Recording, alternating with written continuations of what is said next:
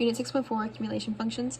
Last lesson we learned about the definite integral b over a f of x d of x represents the area under the curve f of x in the interval a b.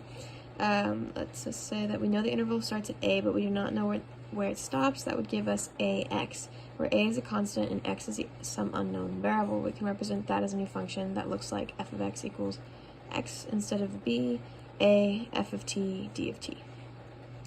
Let f of x equal x over 0, f of 2, t times t, use the graph, okay, so on this one, they're just saying if there's x equals, x is 0, then we'd have this, we'd use this chart from that.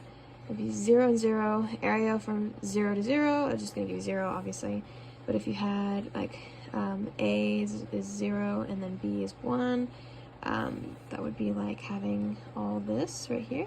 So this is like 2.5. That's 2.5 because this is half a block. Then if you had 2, then you would have 2.5 plus another half. That makes 3, and then a full block, so it's 4. And then the next one is a whole block additional.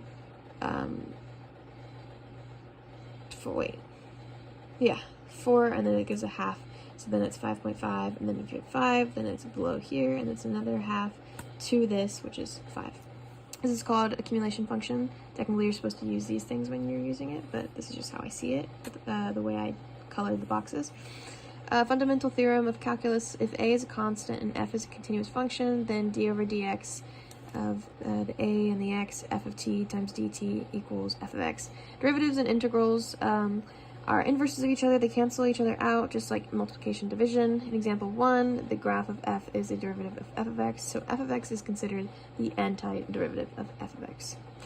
Variations, I put down that d of x, d over d of x, and a and gx, f of t times d of t, can be f times g of x times the derivative of g of x.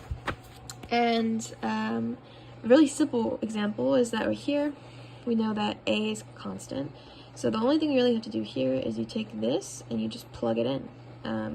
Just take x and plug it in. Yeah. So we have f prime of x equals 3x squared plus 4x. And that's your answer.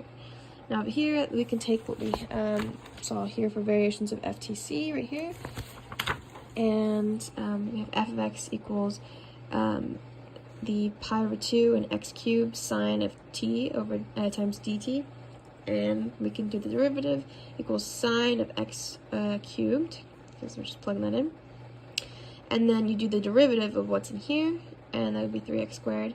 So then I just shifted this over here, and this is your answer.